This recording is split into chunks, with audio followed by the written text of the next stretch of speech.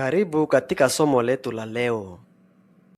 Leo tunasoma namna ya kupindua tendo kuwa, pia tendo kuwa na katika lugha yetu ya Kinyanga. Tunaanza na tendo kuwa na tutapenda tuisindikize na jina ya kitu sawa nguo.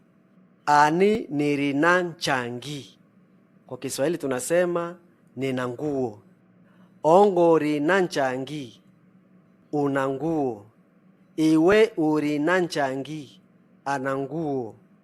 Bate turinanchangi. Tuna nguo. Banu murinanchangi. Muna nguo. Ibo barinanchangi. Wana nguo.